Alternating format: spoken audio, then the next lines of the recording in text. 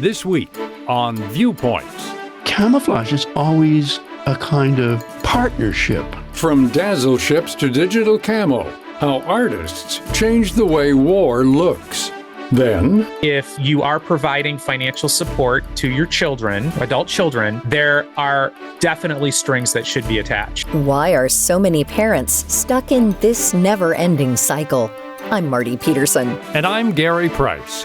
These stories in depth this week on your public affairs magazine, Viewpoints.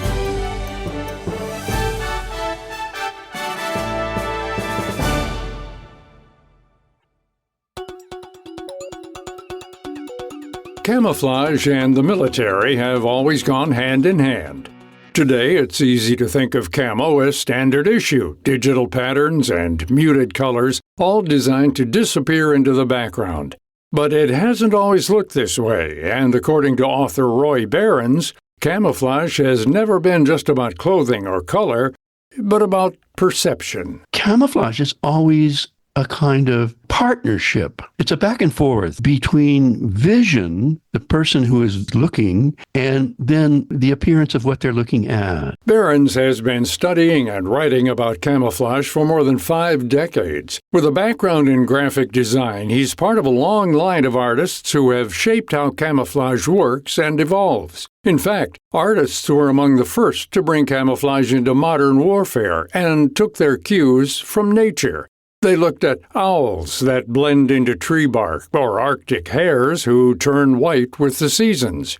Behrens says humans have used camouflage since prehistoric times, but it wasn't until World War I that militaries began to adopt it out of necessity. It was so effective that they were sinking just the most incredible number of British ships in 1 week. And there was a great panic, and especially for England because it's an island. And so if they don't grow their own food or if they don't get shipments from other countries, they're really in trouble. And things were not looking good for them in terms of winning the war. And so they decided that what they needed to do was to apply camouflage, of course, to their own ships. Then hopefully it would make it harder for the U-boats to aim at them. German U-boats were sinking British ships at an alarming rate. Hiding at sea was nearly impossible because the ocean never held still. So the British tried a different approach. Instead of making ships invisible, they tried to make them confusing.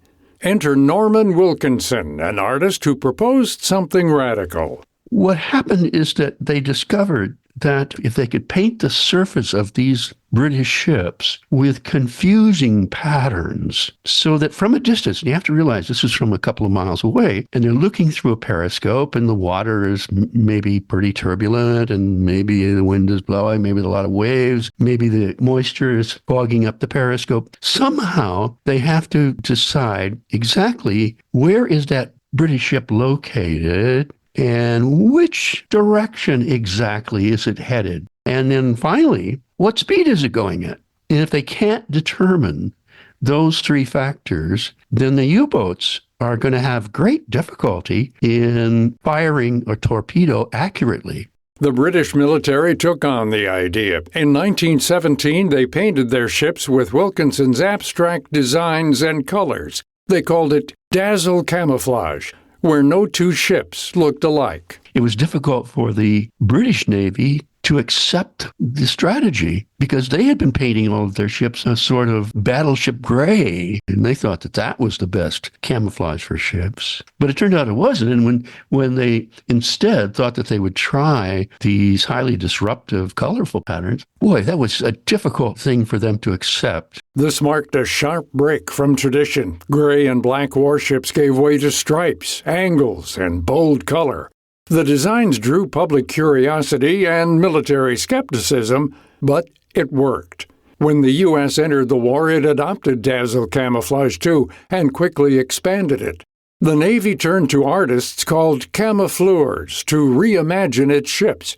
Within 8 months, more than 1,000 U.S. vessels were painted in abstract patterns. Now, you have to realize that this is happening at a time when the American, the British, and the French public are all very excited about modern art, which had premiered in this country in 1913, just before the war.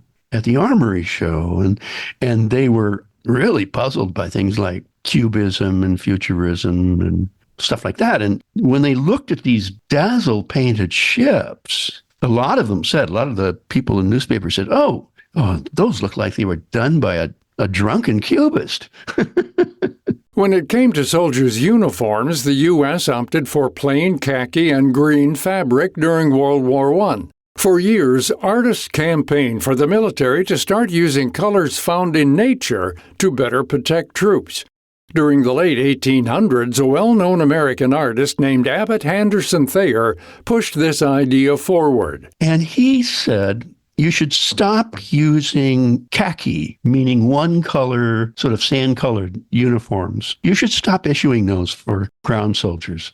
You might think it's inconspicuous, but really it's simply the same idea of applying a nondescript gray or brown to a plain surface. And he said, it doesn't make the soldier less visible. It actually, to some extent, makes them more conspicuous. And he said the reason for that is because here they are out there, and if any kind of sunlight shines on them, it begins to make shadows on their bodies and on their faces and stuff. So then they become quite discernible. And he said what you would better do would be the same kind of thing that is happening with the camouflage ship. You should break them up. Thayer's ideas didn't fully take hold until the Vietnam War, when dense terrain made camouflage a necessity.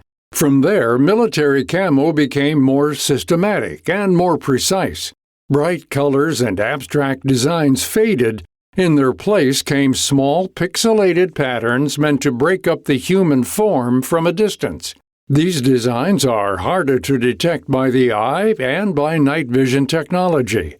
Today, camouflage is designed for more than fabric. It factors in drones, thermal imaging, and digital surveillance, but the end goal remains the same.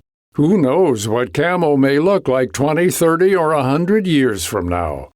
You can find more info about this topic and our guest, Roy Behrens, at our website, viewpointsradio.org. Follow Viewpoints Radio on Instagram, X, and Facebook. This story was written by Annabelle Rivera and Amirah Zaveri. Our studio manager is Jay Silvers. I'm Gary Price. Coming up, how good intentions around money can lead to unexpected consequences when Viewpoints returns.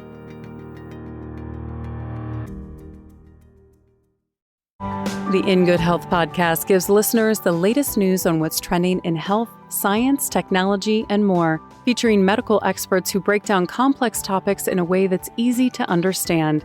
The mice that ate the salmon that had been fed the soybean meal diet got obese. So it's not just what you eat, but it's what the thing you eat has eaten that's important. The In Good Health podcast, available wherever you find your favorite podcasts and at ingoodhealthpodcast.org.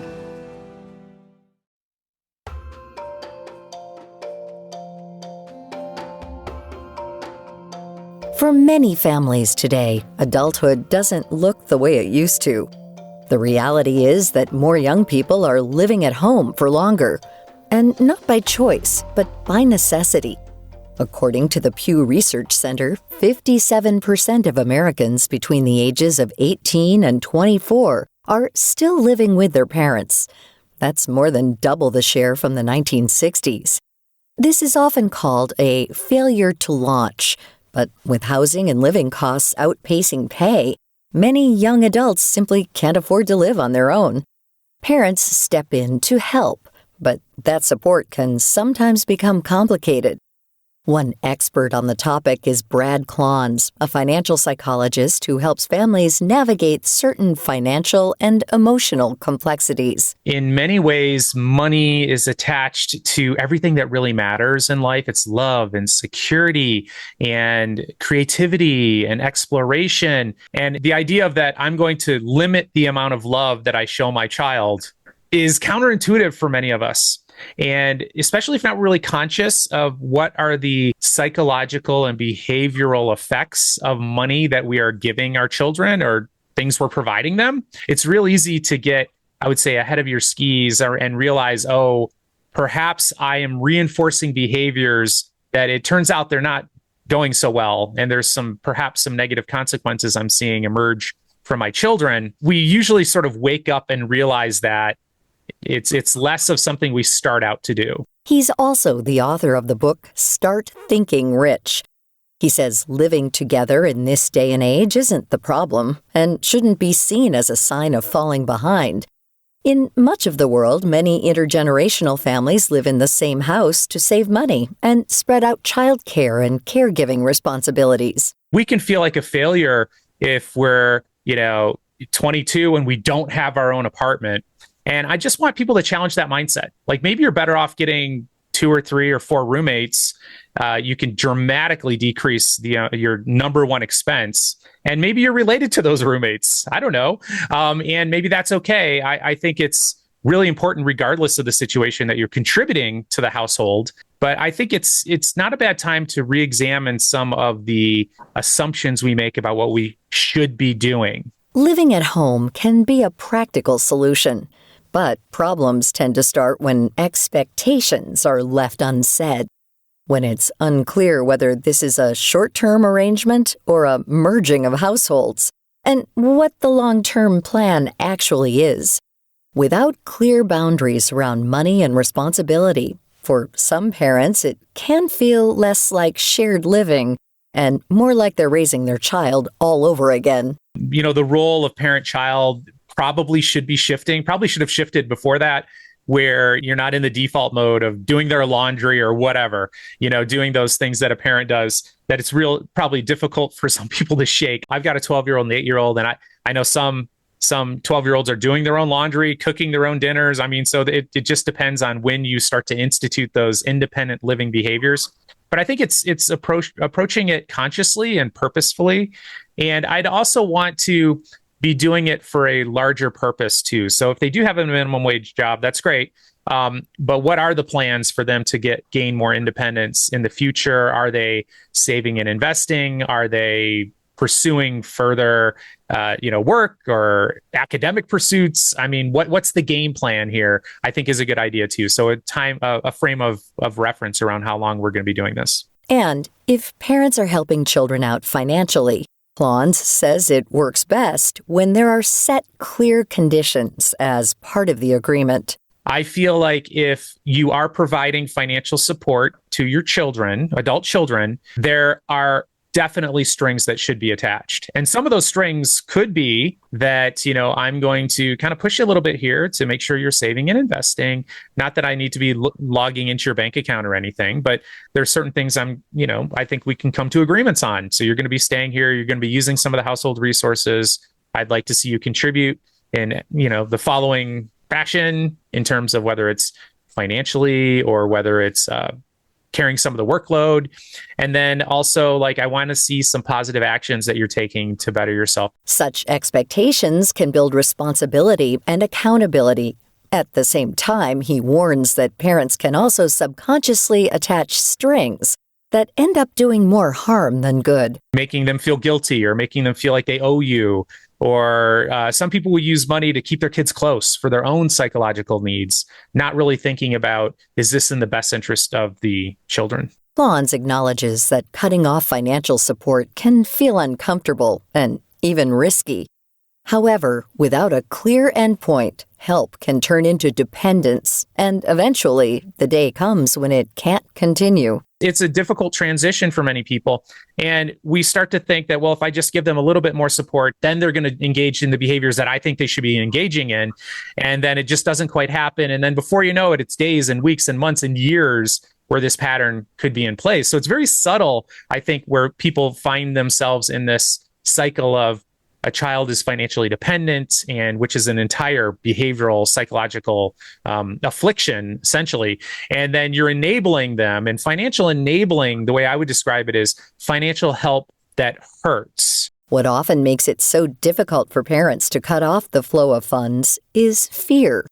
Fear that their child might end up destitute, unhoused, or worse. Yeah, I would even frame it more emotional and catastrophic terms, because the ultimate fear is that if I am not providing a certain level of financial support, this child is going to die. And parents will do anything to keep that from happening, of course. It's the worst possible scenario in life for a parent to even consider. And so that's where it can become really challenging, because in more extreme circumstances, as you mentioned, when someone has a serious mental health issue or even a substance abuse issue, it's real easy from the sideline to say, hey, stop giving them money. They're using that to sort of support a lifestyle of not working, or perhaps even using the money for drugs or alcohol. It's real easy on the outside to say, oh yeah, just cut it off. But when it comes to being a parent, the fear is that if I do that, they're going to die. Even if there are extenuating circumstances, Klontz says that under no circumstance should parents ever dip into their retirement savings to help their adult child. Doing so can lead to serious long-term consequences. The last thing that they would really want is for you to not be able to retire. Or, what's the plan here? You give them all the money. So is then I would expect then the expectation is, so therefore, since I can't retire on my own, you're going to have to financially support me when I'm older. If I'm going to be giving you that money now, you have to financially support me. And I think that's a terrible burden to put on your child.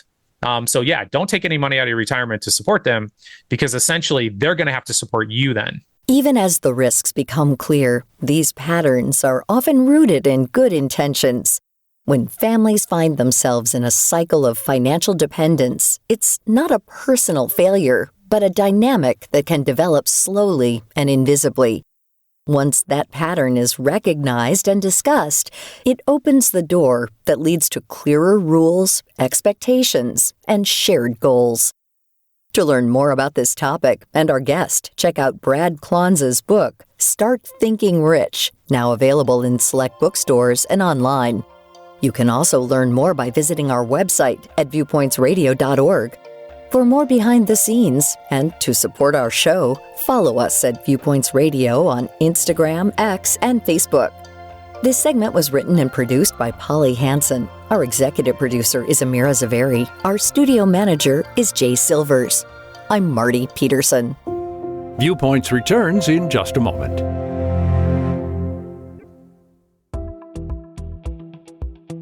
This is Viewpoints Explained. I'm Ebony McMorris. President Donald Trump has been publicly clashing with the Federal Reserve and has made it clear that he wants a different person in charge. The president has repeatedly criticized current Fed Chair Jerome Powell, arguing that interest rates should be lower and that the Fed's apprehensive approach is holding back economic growth. That tension shines a light on topics that most people don't think about very often: the broad power the Fed has to shape our economy and how its strategy can shift with the views of its leader. At its core, it's the nation's central bank. Its job is to keep the economy stable by balancing inflation and employment, mostly by setting interest rates. When inflation runs high, the Fed raises rates to cool things down. Borrowing money becomes more expensive, making people and businesses less likely to spend. The drop-off in demand can help bring prices down. On the other hand, when the economy slows too much, the Fed can lower rates to encourage spending and hiring. What makes this organization different from other government agencies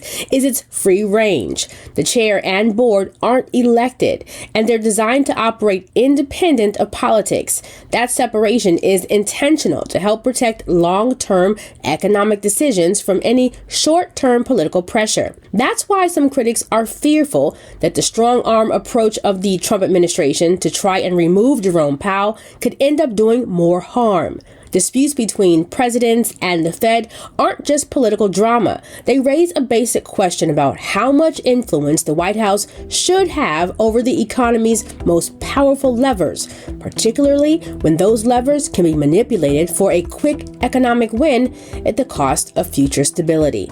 That's Viewpoints Explained for this week. More in a moment.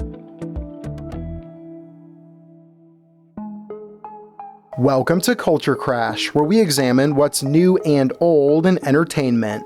In September of last year, the band 21 Pilots released their album Breach, an alt-pop rock offering from the hitmakers behind Stressed Out, Ride, and Car Radio. The album is a total force, with an electricity and an urgency that's potently felt in songs like Drum Show and Center Mass.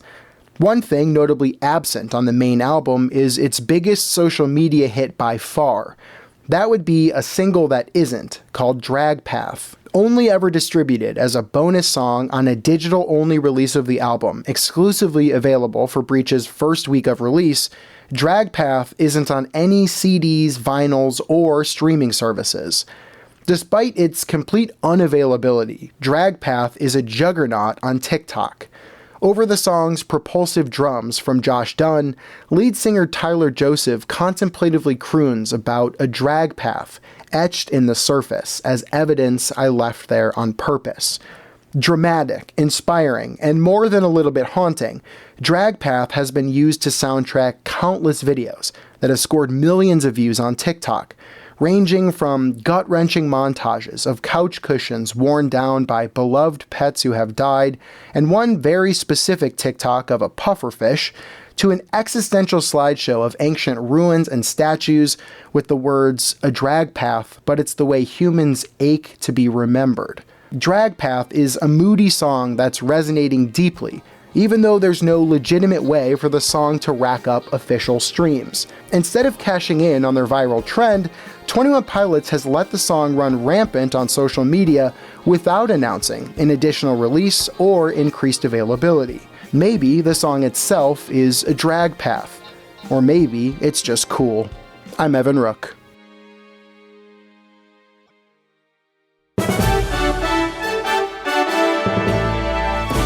And that's Viewpoints for this week.